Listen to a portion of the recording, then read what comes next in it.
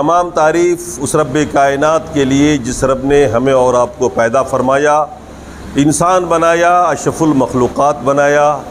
ہم اس کے احسان کے تلے ایسے دبے ہوئے ہیں کہ ہم جتنا بھی شکریہ ادا کریں وہ کم پڑ جائے گا۔ ہم رب کریم کا اس بات پر بھی شکریہ ادا کرتے ہیں کہ اس رب نے ہمیں کلمہ توحید لا الہ الا اللہ محمد رسول اللہ کا عقیدہ دیا اور اس پر جمنے کی توفیق عطا فرمائی۔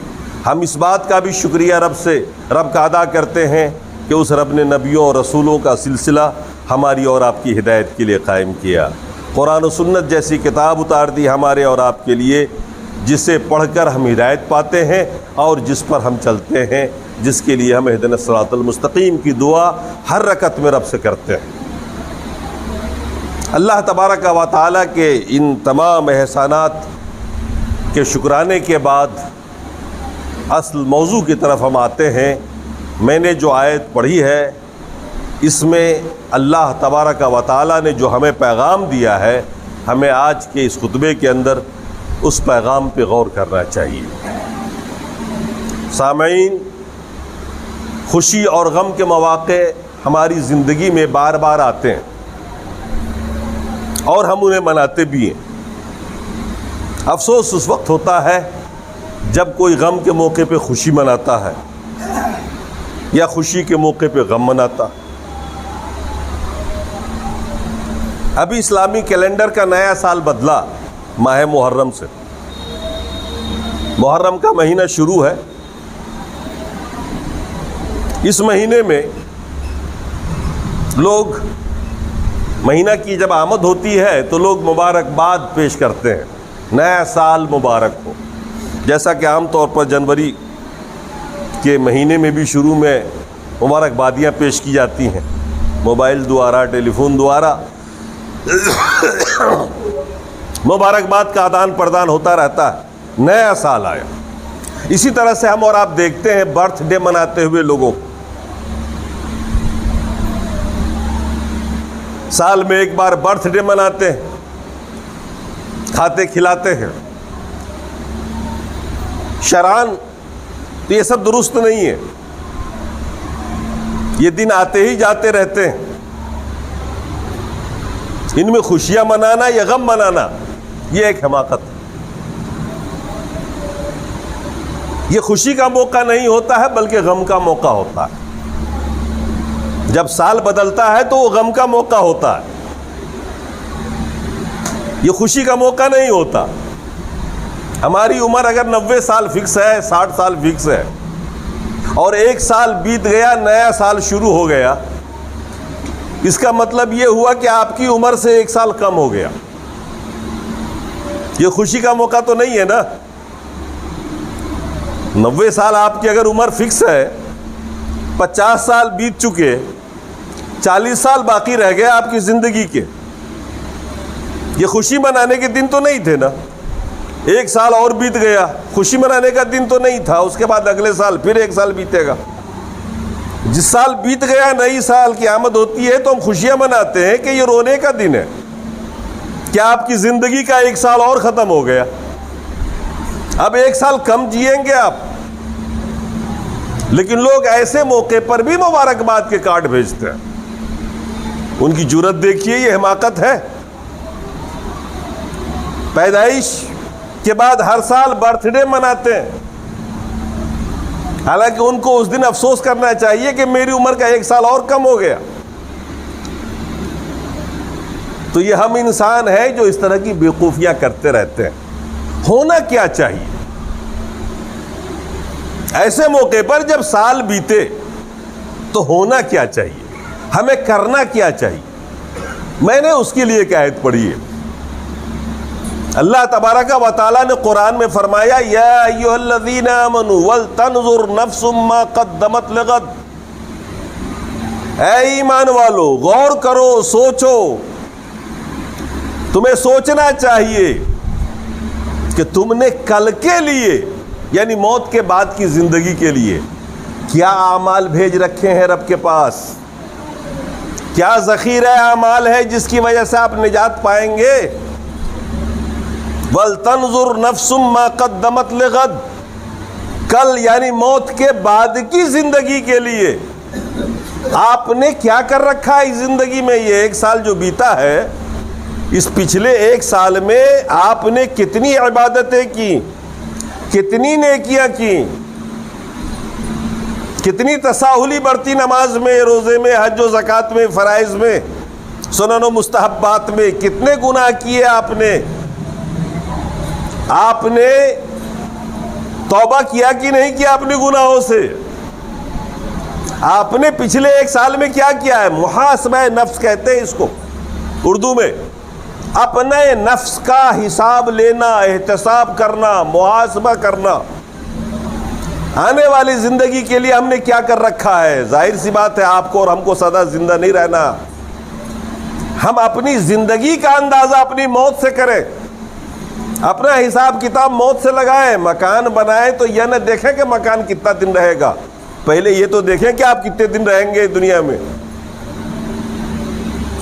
آپ کاروبار کرتے ہیں تو آپ ہمیشہ اینڈ سے اندازہ لگاتے ہیں, کیا آمد ہوگی, کیا انکم ہوگی, کیا فائدہ ہوگا اس بزنس میں. آپ شروعات سے نہیں لگاتے بلکہ اخیر سے اس کا انجام کا پتہ کرتے ہیں.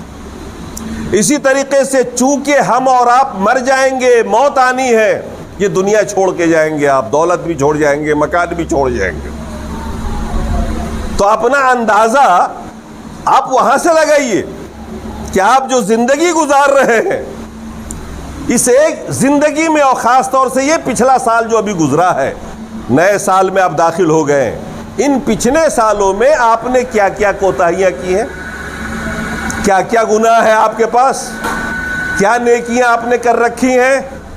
نماز تو آپ کی نہیں چھوٹی, رب کے یہاں معافی کے لیے کوئی بیٹھا تو نہیں نا آپ کے لیے, جو آپ کی وہاں درخواست لیے بیٹھا ہے, آپ کی سفارش کرنے کے لیے بیٹھا ہے. وہاں کوئی رشتہ داری تو کام نہیں نہ آنی ہے. تو آپ اپنی تیاری کے بارے میں سوچئے کہ مرنے کے بعد کے لیے آپ نے کیا کیا. تو سال جب ختم ہوتا ہے, جیسے کاروباری لوگ اپنا حساب و کتاب کرتے ہیں, آمد کا, نفع کا, کیا کمایا, کیا گھاٹا ہوا, کیا بیلنس ہے, ہر دکاندار یہی کرتا ہے. تو آپ بھی ایک دکاندار ہو, آپ کو بیٹھ کے یہ حساب لگانا ہے کہ آپ نے پچھلے سال میں کیا کیا کوتاہیاں کی ہیں, کتنی نافرمانیاں کی ہیں رب کی آپ نے, کتنی نمازیں چھوٹ گئی آپ کی, وہ اب ادا نہیں ہونی ہے, کتنے روزے چھوٹے, کیا کچھ آپ نے کیا, کتنا جھوٹ بولا, غلط طریقے سے آپ نے مال تو نہیں جمع کر لیا اس 1 سال میں جو آپ کے لیے وبال بننے والا ہے کل قیامت میں. تو سال کے اختتام پر ہمیں اپنی عمر کا حساب لگانا, اپنے عمل کا حساب لگانا, محاسبہ نفس کرنا, وہ ہے عقل مندوں کا کام. کھانا پینا, خوشیاں منانا کسی اور بہانے کر لیجئے گا, یہ خوشی منانے کا موقع نہیں ہوتا, مبارکباد دینے کا موقع نہیں ہوتا ہے, بلکہ ہر ایک کے غم میں شامل ہونے کا موقع ہوتا ہے کہ بھائی آپ کی زندگی سے 1 سال کم ہو گیا, مجھے افسوس ہے. ہر آدمی ایک دوسرے کو پیغام بھیجے کیا آپ کی زندگی کا 1 سال کم ہو گیا, پتہ نہیں زندگی میں کتنی کوتاہیاں آپ نے کی, اللہ سے توبہ کیا کہ نہیں کیا, معافی مانگی کہ نہیں مانگی. یہ وہ موقع ہے جس کے بارے میں اللہ نے فرمایا وَلْتَنْظُرْ مَا نَفْسٌ مَا قَدَّمَتْ لِغَدٍ. تمہیں غور کرنا چاہیے, سوچنا چاہیے, محاسبہ کرنا چاہیے جو تم نے کل کے لیے, موت کے بعد کے لیے تیاری کر رکھی اور بھیج رکھا ہے, اپنے سے پہلے بھیج رکھا ہے. نماز پڑھ کے آپ نے بھیج دیا, روزہ رکھ کے بھیج دیا, مال صدقات و زکوٰۃ کر کے آپ نے اللہ کی راہ میں پہلے سے بھیج رکھا ہے اپنی زندگی میں. ظاہر سی بات ہے آپ کے مرنے کے بعد تو آپ کا کھاتا ہی سیز ہو جائے گا نا, کچھ کر تو نہیں سکیں گے آپ قبر میں, نماز تو نہیں پڑھ سکیں گے, روزہ نہیں رکھ سکیں گے, کوئی نیکی نہیں کر سکیں گے آپ. آج ہم احساس نہیں رہے, پوری طرح سے دنیا داری میں لپت ہو گئے. اللہ نے قرآن میں فرمایا الہاکم التکاثر حتی زرتم المقابر, کثرت دولت نے تجھے غافل کر رکھا ہے ہم سے. دولت کی کثرت ہوئی آج اور تم ہم ہی سے غافل ہو گئے, ہم نے دیا ہم ہی سے غافل. حتی زرتم المقابر, اور اس غفلت میں تم قبر کا تم نے منہ دیکھ لیا, یعنی مر گئے, آگے قبر میں ان نعمتوں میں ایسے لگے کہ ہم ہی کو بھول گئے. ہمارے احکام کو ہی نہیں مانا، ہمارے رسول کی بات نہیں مانی، ہمارے پیغامات نہیں سنے، اور ایٹ لاسٹ تو پہنچ گیا قبر میں۔ کلا سوف تعلمون، ہرگز ایسا ہوگا نہیں جو تم سوچ رہے ہو، تم عنقریب جان لو گے، اب پتہ چلے گا تجھے، تو نے جو زندگی گزاری ہے۔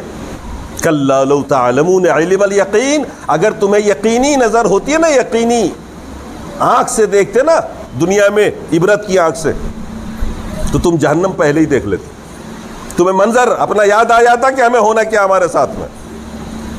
اور اب جب حساب و کتاب ہوگا تو جہنم بھی سامنے دکھائی دے گا، اور پھر اس دن تم پوچھو گے جنت کیسے ملے گی، تو اس دن کچھ ملے گا کیا؟ نہیں، افسوس کے علاوہ کچھ نہیں ملے گا۔ لہذا محاسبہ نفس ضروری ہے، ہم اور آپ نہیں کرتے ہیں۔ دیکھیے اللہ کے رسول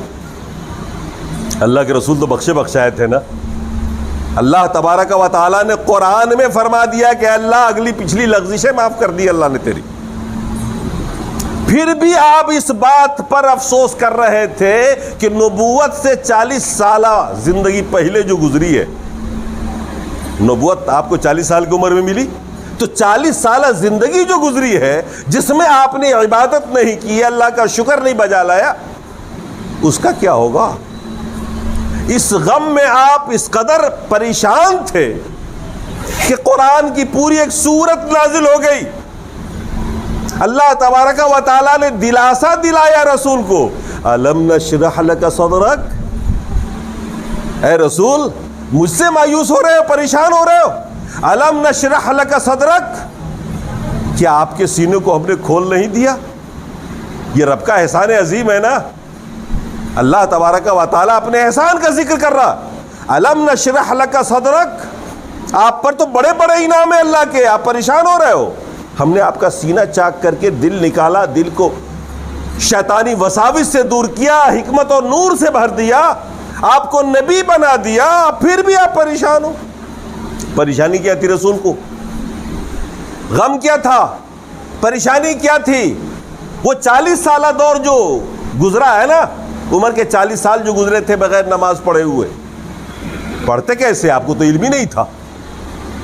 اللہ تبارک و تعالیٰ نے قرآن میں فرمایا انک لا تدری مل کتاب ولا الایمان، اے رسول نبوت سے پہلے تو تم یہ بھی نہیں جانتے تھے کہ کتاب کیا ہے اور ایمان کیا ہے۔ ظاہر سی بات ہے اللہ کے رسول کو خبر نہیں تھی کہ ایمان کیا ہوتا ہے، اسلام کیا ہوتا ہے، کتاب کیا ہوتی ہے، نبوت سے پہلے آپ کو اس کا علم نہیں تھا، آپ بھی ایک عام انسان کی طرح جی رہے تھے۔ لیکن جب نبوت ملی، نماز فرض ہوئی، تو آپ کو اس افسوس نے پریشان کر دیا کہ 40 سالہ دور جو گزرے ہمارے، جس میں ہم نے کھایا بھی ہے، پیا بھی ہے، زندگی بھی گزاری ہے، اور اللہ کا شکر ادا نہیں کیا، نماز نہیں پڑھی، اس 40 سال کا کیا ہوگا؟ اللہ تبارک و تعالیٰ نے اسپیشل آیت نازل فرمائی، الم نشرح لک صدرک ووضعنا عنک وزرک، اور آپ کے اوپر سے وہ بوجھ ہم نے ہٹا دیا، نماز والا بوجھ، عبادت والا بوجھ جس میں آپ دبے ہوئے تھے، الذی انقض ظہرک، جس نے آپ کی کمر توڑ دی تھی۔ مطلب اس حیثیت کی پریشانی رسول کو لاحق تھی، جیسے کمر ٹوٹ جاتی ہے نا آدمی کو جب کوئی بہت بڑا بوجھ پڑتا ہے۔ اللہ تبارک و تعالیٰ نے فرمایا کہ یہ جو ذہنی بوجھ آپ کا تھا نا، اس نے آپ کی کمر توڑ رکھی تھی، یعنی آپ پریشان حال تھے کہ میرا رب کیا کرے گا میرے ساتھ، وہ نماز جو میری چھوٹی ہے نبوت سے پہلے اس کا کیا ہوگا، میں کیسے جنت میں جاؤں گا، کہیں اللہ جہنم میں تو نہیں ڈال دے گا۔ اس قدر خوف خدا رسول کو ہے، اپنا محاسبہ نفس کر رہے تھے نا رسول، یہی محاسبہ نفس ہے، اپنا حساب و کتاب کرنا، اپنی پچھلی زندگی کے بارے میں سوچنا، یہ رسول کا محاسبہ نفس تھا۔ جو آپ یہ سوچ رہے تھے کہ نبوت سے پہلے کی نمازوں کا کیا ہوگا، روزے کا کیا ہوگا، حج و زکوٰۃ کا کیا ہوگا، ہم نے اللہ کی فرمانبرداری کی نہیں۔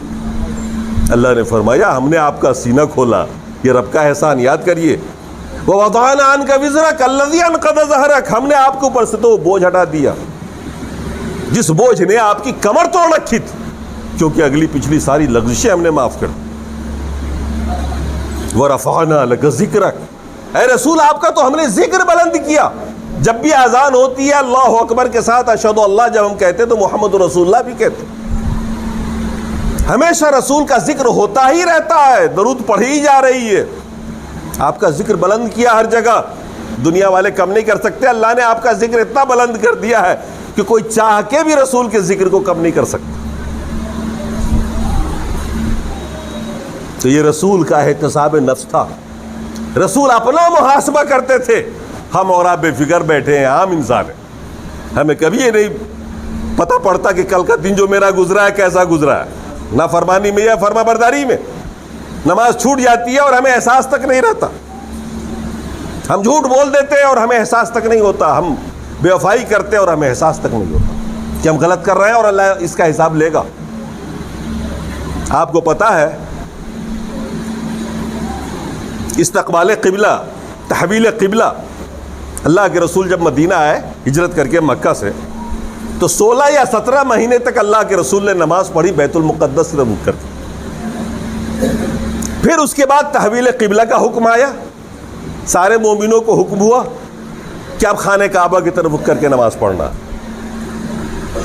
16 یا 17 مہینے کے بعد قبلہ بدل گیا. اب سارے صحابہ اس غم میں پریشان تھے کہ یہ 16-17 مہینے جو ہم نے نماز پڑھی ہے وہ نماز ہماری قبول ہوگی کہ نہیں ہوگی. یہ ان کا احتساب نفس تھا، ان صحابہ کا جن کو جنت کی خوشخبری مل چکی تھی، جن کے بارے میں عام طور سے بھی اور خاص طور سے بھی اللہ کے رسول نے بعض صحابہ کو بائی جنت کی خوشخبری دے رکھی تھی اور بعض کو عمومی طور پر. اس کے باوجود وہ اتنے پریشان تھے کہ اللہ تبارک و تعالیٰ کو اسپیشل آیت نازل فرمانی پڑی. اس کے لیے آیت نازل کرنی پڑی اللہ تبارک و تعالیٰ کو تاکہ ان کی پریشانی دور ہو. مومن اس لیے پریشان ہے کہ 16-17 مہینے کی نماز کا میرا کیا ہوگا، قبول ہوگی کہ نہیں. پڑھی گئی تھی وہ نماز، وہ تو ان کا کام تھا، پڑھنا پڑھ لیا تھا، رسول پڑھا رہے تھے، پڑھ رہے تھے. لیکن اب تحویل قبلہ ہوا تو وہ سارے صحابہ پریشان کہ ہماری نماز قبول ہوگی کہ نہیں ہوگی. ہم پڑھتے بھی نہیں ہیں، قبولیت کی تو بہت دور کی بات ہے، پڑھنے کے لیے آپ آئے ہیں، لیکن کبھی آپ سوچتے بھی نہیں کہ میری یہ نماز قبول ہوئی کہ نہیں ہوئی. ہم پڑھ کے جا رہے ہیں، اللہ نے قبول کیا ہوگا کہ نہیں کیا ہوگا کبھی آپ نے چنتا بھی نہیں کی ہے. ان کو اتنی چنتا تھی کہ ہماری یہ نماز ہوئی کہ نہیں ہوئی، قبول اللہ کرے گا کہ نہیں کرے گا، کیونکہ غیر قبلے کی طرف پڑھی گئی ہے. اللہ تبارک و تعالیٰ نے اسپیشل آیت نازل فرما کر اطمینان دلایا. وَمَا كَانَ اللَّهُ لِيُضِيعَ إِيمَانَكُمْ، دوسرے پارے میں اللہ تبارک و تعالیٰ نے کہا کہ اللہ تیرے ایمان کو ضائع نہیں کرے گا. ایمان سے مراد عمل ہے، یاد رکھیے. عمل کو ہی ایمان کہتے ہیں، عمل نہیں تو ایمان نہیں. یہی اس آیت میں اللہ تعالیٰ نے عمل کو ایمان کہا ہے. وَمَا كَانَ اللَّهُ لِيُضِيعَ إِيمَانَكُمْ، اللہ تیرے ایمان کو ضائع نہیں کرے گا، مطلب تیری نماز کو ضائع نہیں کرے گا، تیری پڑھی گئی تمام نمازوں کا بدلہ تجھے ملے گا. تب جا کے صحابہ کو اطمینان ہوا. اب سوچیے ہم اور آپ کیا احتساب نفس کر رہے ہیں. کل کی فکر نہیں، جو کل دن گزرا ہے آپ نے نماز نہیں پڑھی اور آپ کو بالکل چنتا نہیں ہے کہ آپ کا رب کیا کرنے والا ہے آپ کے ساتھ اور موت کے بعد کیا ہونا ہے آپ کے ساتھ. ہم گناہ کرتے ہیں اور پرواہ نہیں ہوتی، فکر نہیں ہوتی. احتساب نفس میرے بھائیوں، سال کے اینڈ پر احتساب نفس کرو. حساب کتاب بعد میں کر لینا، پہلے سوچو. یہ دھن آپ کا کام نہیں آئے گا، مر جاؤ گے، رکھا رہ جائے گا. اپنی زندگی کی شروعات وہاں سے کرو جب موت آنے والی ہے. اس کو دیکھ کر زندگی کی پلاننگ کرو، آپ کمائی کی پلاننگ کرو آپ، ورنہ کفے افسوس ملو گے مرتے دم آپ. یہ صحابہ تھے جو اس قدر پلاننگ کرتے تھے، محاسبہ کرتے تھے اپنا، اور کامیاب ہوئے. ہم بے فکری سے جیے جا رہے ہیں. آپ کو پتا ہوگا حضرت عمر رضی اللہ تعالیٰ عنہ نماز پڑھا رہے تھے، آپ کی خلافت تھی، آپ خلیفہ وقت تھے. عین حالت نماز میں ایک مجوسی غلام نے آپ پر حملہ کر دیا، آپ کو نیزہ مارا تھا. سنا ہوگا آپ نے، محرم کی پہلی تاریخ کو یہ واقعہ پیش آیا تھا. شہادت حسین کا واقعہ محرم کی پہلی تاریخ کا ہے. محرم کی تاریخ پہلی تھی، آپ فجر کی نماز پڑھا رہے تھے اور اس مجوسی غلام نے آپ کو مار دیا نیزہ، پیٹ چاک کر دیا سیدھا. آپ امامت میں تھے، گر گئے آپ. صحابہ نے انتظار کیا کہ شاید آپ اٹھ کے کھڑے ہوں، لیکن خون بہتا رہا. آپ اس لائق نہیں تھے. نماز ہوئی، سارے لوگوں نے سنبھالا. وہ مجوسی غلام بھی پکڑا گیا، آخر اس کو بھی مارا گیا قصاص میں. حضرت عمر رضی اللہ تعالیٰ عنہ کا علاج شروع ہوا. حکمہ بلائے گئے، دودھ پلایا جاتا اور وہ سب کے سب باہر نکل جاتی کیونکہ ساری آنت کٹ چکی تھی. حکیم نے کہا خلیفۃ المسلمین جو وصیت کرنا ہو کر دیجیے، اب عمر آپ کی زیادہ رہی نہیں. ایسے وقت میں کیا کرتا ہے آدمی جب مرنے والا ہوتا ہے؟ کس بات کی وصیت کرتا ہے؟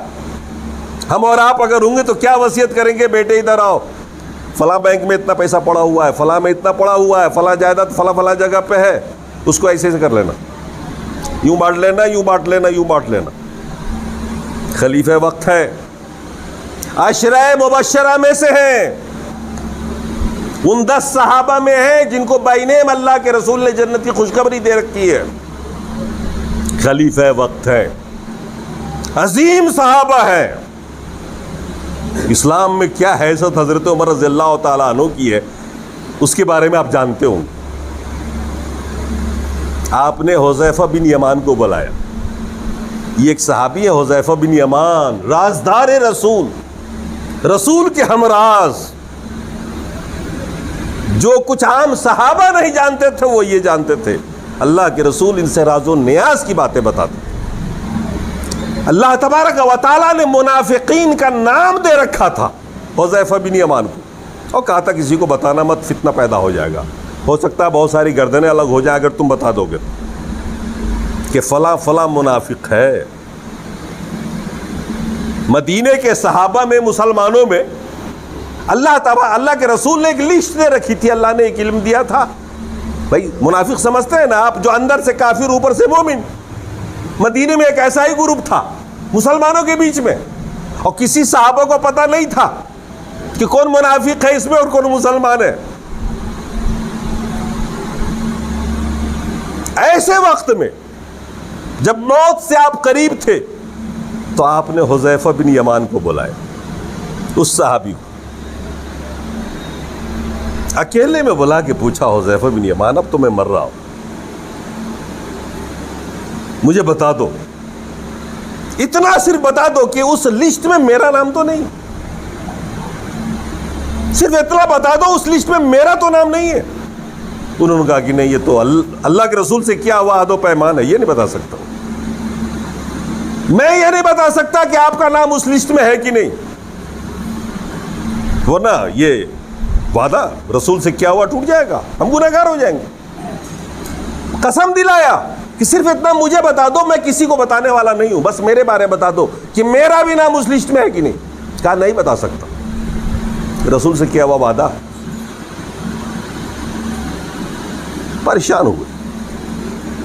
ٹھیک ہے، اپنے بیٹے کو بلایا، عبداللہ ابن عمر کو، صحابی رسول عبداللہ ابن عمر. ان سے کہا بیٹے ام المومنین حضرت عائشہ کے پاس جاؤ اور ان سے یہ اجازت مانگنا کہ جہاں اللہ کے رسول دفن ہے، اللہ کے رسول اپنے کمرے میں دفن ہوئے تھے، صدیق اکبر کا انتقال ہوا پہلے خلیفہ کا، وہ بھی آپ کے پہلو میں دفن ہوئے، تو کمرہ تھا، وہ کوئی بڑی جگہ تو تھی نہیں، بس ایک جگہ خالی تھی. اس کے لیے گزارش کرنا کہ عمر نے مجھے بھیجا، یہ نہیں کہنا امیر المومنین نے بھیجا، آپ کے بیٹے عمر نے بھیجا ہے. امت تو جتنے بھی ہیں سب بیٹے ہیں نا، آپ کے بیٹے نے بھیجا ہے اور گزارش کی ہے کہ تمنا ہے کاش وہ جگہ آپ دے دیتے، اگر وہ دے دے تو ٹھیک، ورنہ ہم قبرستان میں دفن کرنا. جا کر کے اجازت لی انہوں نے. حضرت عائشہ نے فرمایا کہ جگہ تو میں نے اپنے لیے رکھی تھی، مگر میں اپنے اوپر عمر کو تو فوقے دوں گا اور میں اجازت دیتی ہوں. آ کر کے خوشخبری سنائی کہ اجازت مل گئی ہے. کہا دیکھو ہو سکتا ہے میری زندگی میں میرا دباؤ، تم ایسا کرنا کہ میری موت کے بعد پھر ایک بار اجازت لینا، جب میں مر جاؤں تو اجازت لینا تاکہ کوئی دباؤ نہ ہو. وصیت کی. کہا ایک بات اور سن لو, اگر میرے جنازہ میں حذیفہ بن یمان دکھے, اگر میرے جنازہ میں حذیفہ بن یمان موجود ہوں تب تو مجھے وہاں لے جا کے دفن کرنا ہے اجازت لے کے, لیکن اگر یہ نہ ہو تو مجھے عام قبرستان میں دفن کرنا, کیونکہ نام تو انہوں نے بتایا نہیں کہ منافق ہے یا نہیں, اس لسٹ میں آپ کا نام ہے یا نہیں, لیکن اگر وہ شریک نہ ہوئے تو بس سمجھ لیا جائے گا کہ ہم منافق میں ہیں. منافق سمجھتے ہیں نا, گویا وہ مسلمان ہونے کی ایکٹنگ کر رہے ہیں, ہے نہیں اندر سے, یا ہو سکتا ہے ہمارے کچھ اعمال ایسے ہوں جس اعمال کی وجہ سے ہمارے اندر منافقت آ گئی ہو. جیسے منافقت آتی ہے نا جھوٹ بولنے سے, منافقت آتی ہے وعدہ خلافی کرنے سے, منافقت آتی ہے گالی دینے سے جھگڑے کے وقت, یہ سب منافقت کی علامت ہے. اگر یہ چیزیں ہمارے اندر پائی ہی گئی ہیں, مسلسل جھوٹے ہی رہے, اپنی اصلاح نہیں کی, مسلسل وعدہ خلافی ہی کرتے رہے, امانت میں خیانت کرتے ہی رہے, تو ہمیں ڈرنا چاہیے کہیں ایسا نہ ہو کہ میرا نام منافقین کی لسٹ میں شامل رہے. ہم مومنین ہو, پوری زندگی ہم ایکٹنگ کرتے رہے, نماز پڑھتے رہو, کہیں ایسا نہ ہو کہ میرا حشر منافقین کے ساتھ ہو جائے. کیا وصیت کی اللہ حضرت عمر نے, اگر میرے جنازے میں حذیفہ بن یمان نظر آ جائے تب تو مجھے اس حجرہ رسول میں دفن کرنا, اگر وہ نظر نہ آئے تو پھر مجھے عام قبرستان میں لے جانا, کیونکہ میں نہیں چاہتا کہ منافق دفن ہو جا کر رسول کے بغل میں. بات سمجھ میں آ رہی ہے آپ کہ یہ ہے محاسبہ نفس, اور یہ وہ لوگ کر رہے ہیں جن کی جنت کی خوشخبری اللہ نے دے رکھی, اللہ کے رسول نے دے رکھی ہے. ہمارے اور آپ کے لیے تو کوئی گارنٹی نہیں ہے نا, کچھ بھی نہیں کہا کہ ہمارے آپ کے بارے میں, بس ایک امید ہے رسول ہماری شفاعت کریں گے. ارے وہ کریں گے جب توحید میں مضبوطی ہوگی, ہماری زندگی میں شرک کا شائبہ بھی نہیں ہوگا. یہاں تو ہم شرک کر جاتے ہیں اور ہمیں پتہ ہی نہیں چلتا کہ ہم شرک کر رہے ہیں, اور ہمارے اعمال ایسے نہیں کہ جن اعمال کو لے کے ہم اللہ کے سامنے جائیں اور رسول کے سامنے جائیں. نماز ہم نہیں پڑھتے, دین پر ہم نہیں چلتے. تو میرے بھائیو محاسبہ نفس کرا کرو, اکیلے میں بیٹھ کے سوچو, جیسے کاروبار کا حساب کرتے ہو کہ اب تک لاکھ پتی یا کروڑ پتی ہو چکے ہو آپ, یہ بھی تو سوچو کہ مرنا ہے. آپ کے اعمال کتنے ایسے ہیں جو آپ نے اپنی زندگی میں اللہ کے پاس پہلے سے بھیج رکھے ہیں. اللہ کے رسول نے فرمایا مال 3 طرح کا ہوتا ہے. ایک مال تو وہ ہے جس کو تم کھا پی لیتے ہو, تمہارا مال تمہارے کام آ گیا. دوسرا مال دراصل وہ تمہارا مال ہے جس کو تم پہن کے کپڑے پھاڑ لیتے ہو, یہ مال آپ کے کام آ گیا. تیسرا وہ مال جس کو آپ نے اپنی زندگی میں اللہ کے پاس بھیج دیا, مطلب مال خرچ کیا آپ نے اللہ کے حکم پر, غربا مساکین فقراء کے اوپر, جہاں جہاں اللہ نے کہا ہے خرچ کرنے کو, اپنی زندگی میں آپ نے اتنا سارا مال اللہ کے پاس بھیج دیا. وہ پڑا ہوا ہے, بیاج کے ساتھ آگے بڑھ رہا ہے, وہ جمع ہے, وہ آپ کا اصلی مال ہے. ایک مال تو وہ ہے جو آپ نے کھا پی لیا, دوسرا مال وہ ہے دراصل آپ کا جس کو آپ نے پہن لیا, تیسرا وہ مال ہے جو مال آپ نے اپنی زندگی میں اللہ کے پاس بھیج دیا. باقی جو بچا ہے یہ مال, یہ آپ کا نہیں ہے. آپ چھوڑ جاؤ گے, آپ کے وارثین قبضہ کریں گے, بچے آپ کے بانٹ لیں گے. اب وہ جو کریں ان کے ساتھ, یہ ان کا ہے, آپ کے کام نہیں آنا ہے. نہ آپ دوبارہ کھاؤ گے, نہ پیو گے, آپ کسی کام کا نہیں. اور ہم لوگ اسی مال کے لیے پریشان ہیں جو ہمارے کسی کام کا نہیں. خوب کھا رہے ہیں, کھانے کی کمی کسی کے پاس نہیں ہے, پہن رہے ہیں, پہننے کی بھی کمی نہیں ہے, لیکن نماز کا ٹائم نہیں ملتا آپ کو, دین پر چلنے کا ٹائم نہیں ملتا, اپنے بارے میں سوچنے کا ٹائم نہیں ملتا. ہم خود کو بھلا چکے ہیں. کیوں؟ اس لیے کہ آپ نے اللہ کو بھلا دیا. اسی کے بعد جو آیت ہے میں نے پڑھی تھی, وَلَا تَكُونُوا كَالَّذِينَ نَسُوا اللَّهَ, اللہ نے فرمایا ان لوگوں کی طرح نہ بن جانا جنہوں نے اللہ کو بھلا دیا. اور جو اللہ کو بھول جاتا ہے سزا یہ ملتی ہے اس کو کہ وہ خود کو بھول جاتا ہے. وَلَا تَكُونُوا كَالَّذِينَ نَسُوا اللَّهَ فَأَنسَاهُمْ أَنفُسَهُمْ, ان کی طرح نہ بن جانا جنہوں نے اللہ کو بھلا دیا تو اللہ نے اس کے نتیجے میں خود اس کو اپنے آپ سے بیگانہ کر دیا، اسے اپنی فکر نہیں رہتی۔ آج وہی حال ہمارے معاشرے میں ہے، ہم میں سے کسی کو اپنی فکر نہیں ہے، ہم خود کو بھول چکے۔ خدا فراموشی کی سزا خود فراموشی کی شکل میں مل گئی ہو۔ اللہ نے ایسے لوگوں کے بارے میں فرمایا اولئک هم الفاسقون، یہ مومن نہیں فاسق قسم کے لوگ ہیں، فاسق جنہوں نے خود کو بھلا دیا۔ اپنے آپ کو یاد کریے، بیوی بچے کے چکر میں آپ نے خود کو ہی بھلا دیا۔ نہ بیوی کام آئے گی قبر میں، نہ بچے کام آئیں گے، نہ سماج کام آئے گا، نہ رشتہ دار کام آئے گا۔ سب سے رابطہ رکھیے، سب سے محبت کریے، خوب کمائیے، اللہ خوب برکتیں دے آپ کی کمائی میں، مگر خود کو بھلا کے نہیں، اللہ کی نافرمانی کر کے نہیں۔ اپنی زندگی کو اپنے مقصد کے لیے استعمال کریے تاکہ آپ جتنا یہاں کامیاب ہے اس سے زیادہ وہاں کامیاب ہو۔ اللہ تبارک و تعالی ہمارے سیئات، ہمارے گناہوں کو بخش دے، ہمیں نیکیوں کی توفیق دے، ہمیں اعمال خیر کی توفیق دے، ہمیں دین پر چلنے کی توفیق دے، اللہ اس کے رسول سے محبت کی توفیق دے۔ اقول قولی ھذا واستغفر اللہ لی ولکم ولسائر المسلمین۔ بارک اللہ لکم فی القرآن العظیم ونفعنا وإياكم بالآيات والذکر الحکیم، انہ تعالی جواد کریم ملک بالرؤوف الرحیم۔